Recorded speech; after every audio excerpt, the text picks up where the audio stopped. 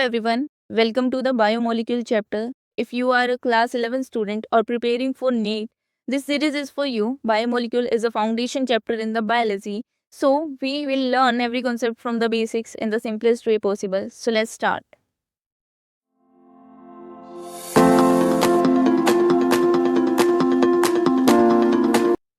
So, what are biomolecule? As we can see here, it is made up of two words, bio and the molecule. Bio means life and the molecule means the chemical molecule. So we can define the biomolecules as the molecules present in the living organism. ऐसे molecule जो living organism की body में मिलेंगे उन्हें biomolecules कहते हैं. अब इन biomolecules को classify किया जाता है on the basis of the size into biomacromolecule and biomicromolecules. So macromolecule में large size molecule आते हैं, micro में small size आते हैं. अब लार्ज साइज मॉलिक्यूल होंगे, ये पॉलीमर की फॉर्म में होंगे like protein, polysaccharide and the nucleic acid. जो माइक्रो मॉलिक्यूल्स होंगे उसमें amino acid, vitamins, minerals, monosaccharide, nitrogenous base and fat आएंगे. अब जो प्रोटीन है is the polymer of amino acid. So amino acid is the monomeric unit of the protein. Polysaccharide जो है polymer वो है किसका, मोनोसेकेराइड का. And nucleic acid is a polymer of the nitrogenous bases. वो कंबाइन होकर nucleic acid की formation करते हैं. Next is the chemical composition of living organism. If we want to see the chemical composition of living organism, there is a method जहाँ पे हम living tissue को लेते हैं. Either it can be of the plant or animal. Plant का होगा हम vegetable ले सकते हैं कोई, या फिर animal का होगा तो हम piece of organ ले सकते हैं. जैसे लीवर का हमने टिश्यू ले लिया. प्रोसेस दोनों में सेम रहती है. टिश्यू को लेंगे, उसको ग्राइंड करेंगे, इथिन trichloroacetic acid into the mortar pestle के अंदर हम इसको ग्राइंड करेंगे एसिड के साथ. So this is the formula of the trichloroacetic acid. अब ये मिक्सिंग की वजह से एक थिक स्लरी बन जाएगी. अब इसको स्ट्रेन करेंगे with the help of cheese cloth और द कॉटन क्लॉथ की हेल्प से. इसको फिल्टर कर लेंगे. अब सेपरेशन कर सकते हैं हम मॉलिक्यूल की, बायो माइक्रो मॉलिक्यूल और बायो मैक्रो मॉलिक्यूल्स की. सेम प्रोसेस होती है एनिमल में. हमने ग्राइंड किया with the trichloroacetic acid, thick slurry बनाया, स्ट्रेन कर लिया with the help of cheese cloth और द कॉटन क्लॉथ. सो क्या प्रोसेस रहती है to separate the different biomolecules present in the living tissue. The tissue is first treated with the trichloroacetic acid. So यहाँ पे trichloroacetic acid as a solvent काम कर रहा है. तो ये क्वेश्चन एग्जाम में आ सकता है कि लिविंग ऑर्गेनिज्म की केमिकल कॉम्पोजिशन जब हम करते हैं तो उसमें सॉल्वेंट कौन सा यूज किया जाता है, that is TCA, trichloroacetic acid. हम स्लरी बनाएंगे, उसको होमोजेनस मिक्सचर बना देंगे. अब उसको फिल्टर कर सकते हैं with the help of cheese cloth और द कॉटन क्लॉथ. सो जो सब्सटेंस ऊपर रह जाता है और जो सब्सटेंस नीचे फिल्टर आउट हो जाता है, इस बेसिस पे भी इनको डिवाइड किया जाता है. ये जो ऊपर रह जाता है दैट इज रिटेंटेट एंड जो नीचे निकल गया that is filtrate. So next हम इनको देखेंगे. रिटेंटेट क्या होता है एंड फिल्ट्रेट क्या होता है. रिटेन्ड ऑन द फिल्टर, तो फिल्टर पे रह गया दैट इज रिटेंटेट, एंड जो फिल्टर होके पास हो गया दैट इज फिल्ट्रेट. अब इनको एक और नाम से भी जाना जाता है, एसिड इनसॉल्युबल पूल और एसिड सॉल्युबल पूल. जो हमने ट्राइक्लोरोएसिटिक एसिड लिया है उसमें जो मिक्स हो गया वो फिल्टर हो जाएगा. मिक्स हुआ तो मतलब वो उसके अंदर सॉल्युबल है, तो फिल्टरेट को हम एसिड सॉल्युबल पूल में रखते हैं एंड रिटेंटेट को एसिड इनसॉल्युबल पूल में रखते हैं, क्योंकि ये लार्ज साइज मॉलिक्यूल होते हैं और ये मिक्स नहीं हो पाए सॉल्वेंट के साथ. सो इसके एग्जाम्पल्स आते हैं लाइक बायोमाइक्रोमोलिक्यूल्स में आते हैं protein, polysaccharide, nucleic acid, lipid and the fat. तो ये बायोमैक्रोमोलिक्यूल्स होते हैं. फिल्ट्रेट में आते हैं biomicromolecules like amino acid, monosaccharide, nitrogenous base, vitamins, minerals and other small molecule. अब इसमें एक एक्सेप्शन आता है रिटेंटेट में, दैट इज फैट.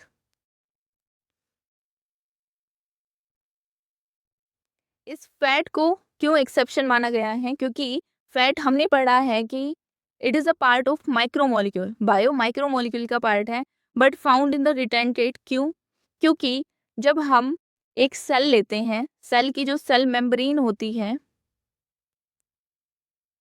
सेल की जो मेम्ब्रेन होती है वो लिपिड बाइलेयर की बनी होती है ना. तो जब हम इसको ब्रेक करते हैं, ब्रेक करने की वजह से इसके अंदर फैट के इंडिविजुअल मॉलिक्यूल नहीं बनते, फैट वेसिकल्स की फॉर्मेशन होती है. अब ये fat vesicles larger in size होते हैं, सो ये फिल्टर नहीं हो पाते. So it is an example of retentate. यहाँ पे एक्सप्लेन भी किया है, fat are the exception, although they are bio micromolecule they remain in the retentate because they are present as the membrane bound lipid vesicles. तो vesicles की form में होते हैं ये। अब अगर हमें देखना हो क्विक रिवीजन के लिए, रिटेंटेड क्या होते हैं, जो फिल्टर नहीं हो पाए, एसिड इंसॉल्युबल पूल में आते हैं। फिल्टरेट जो फिल्टर हो जाते हैं फिल्टर पेपर से एसिड सॉल्युबल पूल में। बायो मैक्रोमोलिक्यूल्स में लार्ज साइज मॉलिक्यूल आते हैं like protein, polysaccharide, nucleic acid and the lipid. Bio micromolecule में स्मॉल मॉलिक्यूल्स आएंगे like amino acid, sugar, nitrogenous base, vitamin, mineral and other small molecules. Next अगर मान लो हमें minerals की composition देखनी है लिविंग ऑर्गेनिज्म में या अर्थ क्रस्ट में देखनी है, तो उसके लिए ये मेथड हम यूज़ नहीं कर सकते, उसके लिए यूज़ किया जाएगा डिस्ट्रक्टिव मेथड। सो डिस्ट्रक्टिव मेथड में क्या होता है, हम लिविंग टिश्यू को बर्न करते हैं to ash and the mineral present in the ash are studied. Living tissue लिया, अब इसको बर्न करेंगे, बर्न करने से इसका सारा मॉइस्चर कंटेंट खत्म हो जाएगा और जो ऑर्गेनिक मॉलिक्यूल हैं, बायो मैक्रोमोलिक्यूल्स हैं या माइक्रोमोलिक्यूल्स हैं, वो कार्बन कंटेनिंग है। In the presence of oxygen वो CO2 बन के बाहर निकल जाएंगे। जो ऐश बचेगी वो प्योर मिनरल होगी, जिसको हम स्टडी कर सकते हैं फॉर द मिनरल कॉम्पोजिशन। ये NCERT में टेबल है, that is a composition of the earth crust and the human body. ये कुछ एलिमेंट्स होते हैं जो अर्थ क्रस्ट और ह्यूमन बॉडी में मिलते हैं।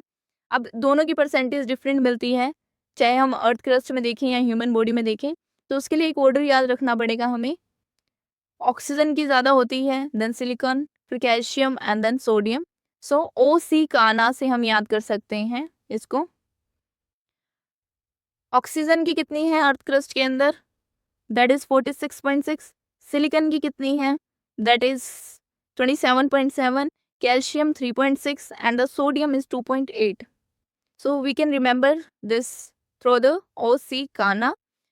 Next is the order in the human body, उसके लिए OC नका। So oxygen is 65, carbon is 18.5, nitrogen is 3.3 and the calcium is 1.5। So यहाँ पे कंफ्यूज नहीं होना, यहाँ पे OC बोल रहे हैं, बट अर्थ क्रस्ट में सिलिकॉन मिलेगा लार्ज अमाउंट में एंड ह्यूमन बॉडी में कार्बन मिलेगा। So यहाँ कंफ्यूज नहीं होना, in earth crust the silicon is found in large amount but in human body it is negligible.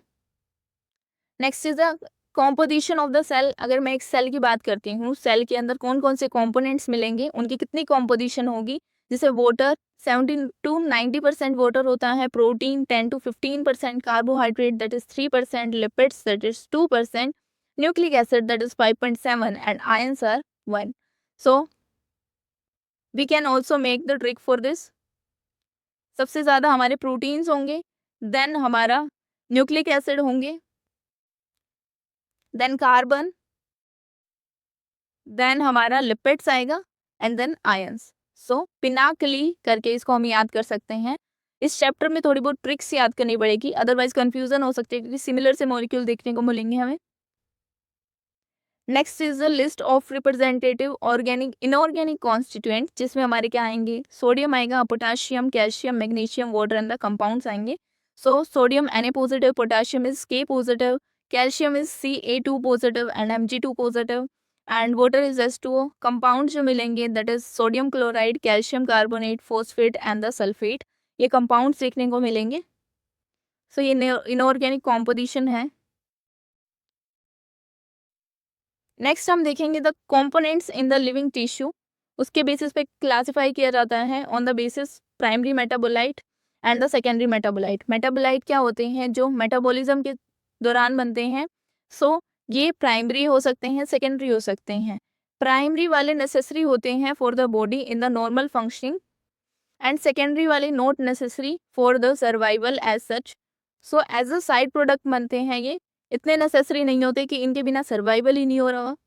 और ये प्राइमरी मेटाबोलाइट्स बेसिकली देखने को मिलते हैं ह्यूमंस और एनिमल्स में। सेकेंडरी मेटाबोलाइट्स जो होते हैं वो हमारे प्लांट्स बनाते हैं, माइक्रोब्स बनाते हैं एंड फंजाई बनाते हैं। एग्जाम्पल आते हैं that is mineral, carbohydrates, protein, amino acid, nucleic acid and the vitamin. Secondary metabolites क्या होते हैं, morphine, terpenoids, pigments like anthocyanin, drug like vinblastine, polymeric substance होते हैं जैसे कि रबड़ और गम। प्राइमरी मेटाबोलाइट को अगर मुझे डिफाइन करना हो सिंपल शब्दों में, डेफिनेशन देनी हो, सो metabolite which are directly involved in the body basics metabolism, like the normal growth, development and the reproduction. So body के metabolic reaction में required होते हैं, जैसे कि हमने एग्जाम्पल्स पढ़े, ये सब एग्जाम्पल्स रहते हैं इसके अंदर, और ये normal growth, development and reproduction के लिए एसेंशियल होते हैं.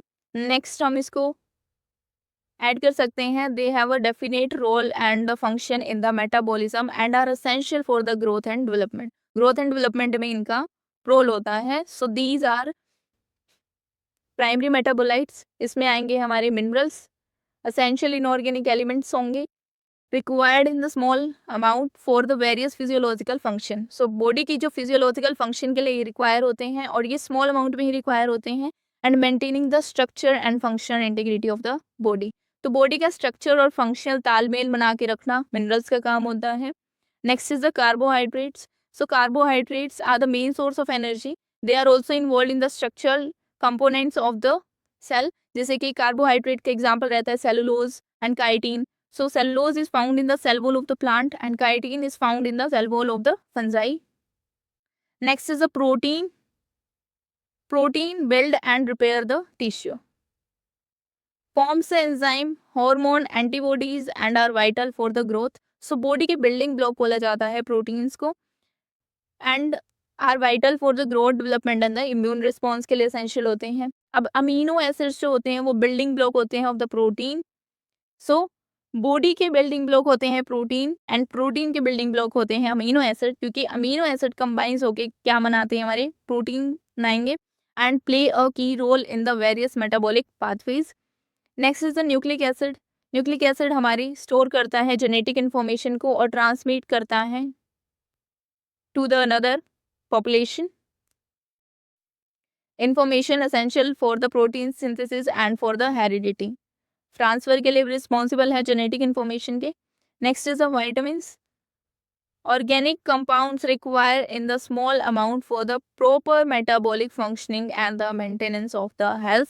सो ऐसे मॉलिक्यूल जो स्मॉल अमाउंट में चाहिए होते हैं, किसके लिए, मेटाबॉलिक फंक्शनिंग के लिए एंड द हेल्थ के मेंटेनेंस के लिए, वो वाइटामिन्स रहते हैं.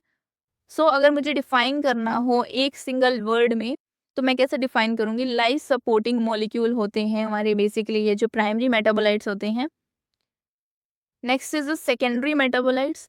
Organic compound that have synthesized by the plant, fungi and the microbes. तो प्लांट, फंजाई और माइक्रोब्स बनाते हैं, ह्यूमंस में नहीं मिलते, एनिमल्स में नहीं मिलते, and not essential part of the metabolic pathway. So metabolic pathway में इनका कोई रोल नहीं होता, ये एज अ साइड प्रोडक्ट होते हैं, जो अगर नहीं भी होंगे तो बॉडी के या प्लांट के सर्वाइवल पे कोई इफेक्ट नहीं पड़ेगा. प्लांट लगा लो, चाहे फंजाई लगा लो या माइक्रोब्स लगा लो. Not directly involved in the growth and development. They do not play a role in the ecological function. Ecological function like defence, medicinal use and the flavouring में इनका कोई रोल नहीं होता. They can also be poisonous sometime. So ये poisonous भी हो सकते हैं, हार्मफुल हो सकते हैं, can cause the disease and can also lead to the death.